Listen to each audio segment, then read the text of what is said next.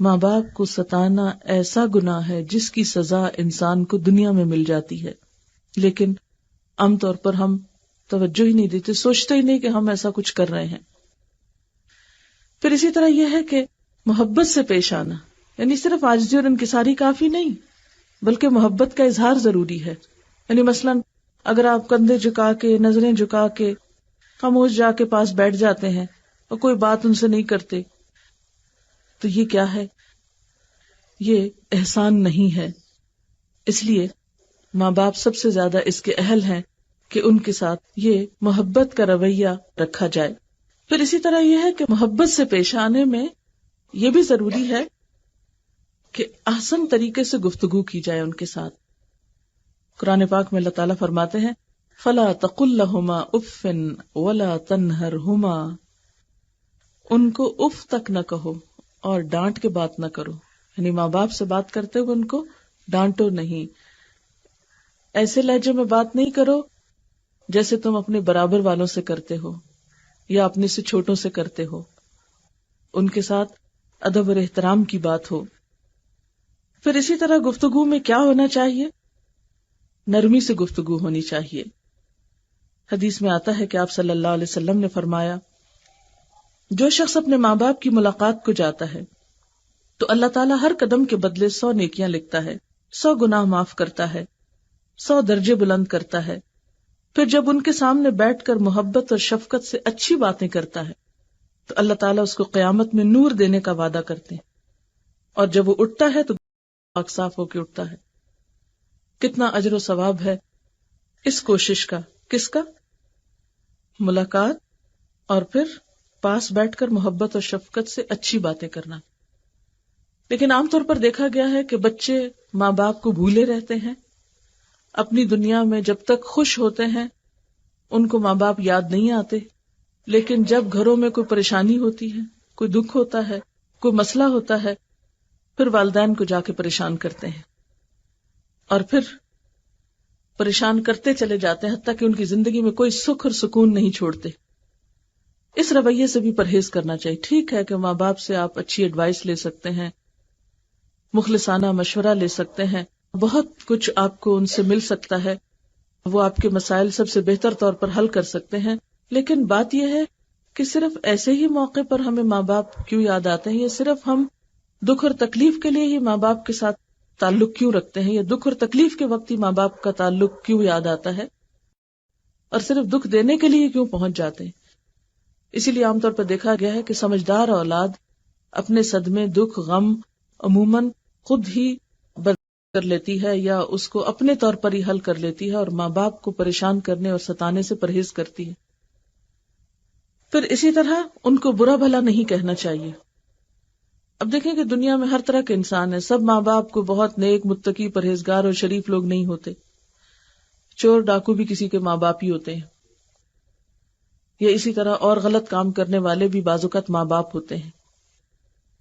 اب مثلاً عبداللہ بن ابی جو تھا وہ خود منافقوں کا سردار تھا، لیکن بیٹا اس کا سچا مخلص مومن تھا۔ اب اس کے لیے ایک بہت بڑی مشکل تھی کہ باپ جو ہے وہ ایک اچھا انسان نہیں، تو ایسے موقع پر انسان شش و پنج میں پڑ جاتا ہے۔ مثلاً کسی کا باپ جس کا کیریکٹر اچھا نہیں، یا اس کی عادات اچھی نہیں، یا وہ بہت زیادتی کرتا ہے، بہت بد اخلاقی کرتا ہے، مثلاً اس کی ماں ہی کے ساتھ، یا کسی بھی طرح وہ ایک اچھا انسان نہیں، تو ایسے میں انسان حجت تلاش کر لیتا ہے ماں باپ کے ساتھ بدتمیزی کرنے کی۔ بہت سے بچوں کو دیکھا گیا ہے کہ وہ ماں باپ کے ساتھ بدتمیزی کرتے ہیں اور یہ کہتے ہیں کہ آپ اچھے انسان نہیں ہیں۔ کئی ایسے لوگوں کو دیکھا گیا جو نئے نئے دین کی طرف آتے ہیں، خود نماز پڑھنے لگتے ہیں، اگر ماں باپ نہیں پڑھتے تو بدتمیزی کے ساتھ ان سے معاملہ کرتے ہیں اور تنگ کرتے ہیں، پریشان کرتے ہیں، یا ان سے میل دیتے ہیں۔ تو ہمارا دین ہمیں یہ نہیں سکھاتا۔ آپ صلی اللہ علیہ وسلم نے تو حضرت اسماء کو، جبکہ ان کی والدہ مشرکہ تھی، ان کے ساتھ بھی حسن سلوک کا سبق دیا۔ اور پھر یہ کہ نہ صرف یہ کہ اپنے ماں باپ کو برا بھلا نہیں کہنا چاہیے، کسی دوسرے کے ماں باپ کو بھی نہیں کہنا چاہیے، کیونکہ ماں باپ تو سب کے محترم ہوتے ہیں۔ عبداللہ بن عمر فرماتے ہیں کہ نبی صلی اللہ علیہ وسلم نے ارشاد فرمایا، سب سے بڑا گناہ یہ ہے کہ انسان اپنے ماں باپ پر لعنت بھیجے۔ عرض کی گئی یہ کیسے ہو سکتا ہے؟ آپ نے فرمایا کہ ایک شخص کسی کے ماں باپ کو گالی دیتا ہے تو گویا اس نے خود اپنے ماں باپ کو دی. ہوتا کیا ہے، جب آپ کسی کو گالی دیں گے وہ پلٹ کے آپ کے ماں باپ کو دے گا. آپ نے اگر آغاز کیا ہے ایسے غلط کام کا تو گویا آپ اپنے ماں باپ کو خود ہی گالی دے رہے ہیں. اور ویسے بھی آپ دیکھیں کہ اولاد ماں باپ کی یا تو عزت کا سبب ہوتی ہے یا ان کی رسوائی کا سبب ہوتی ہے.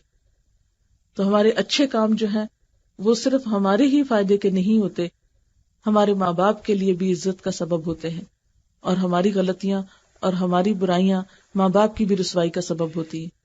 اس لیے جو شخص حقیقت میں یہ چاہتا ہو کہ اس کے ماں باپ کی عزت ہو تو اس کو غلط کاموں سے پرہیز کرنا چاہیے، رسوا کن باتوں سے بچنا چاہیے.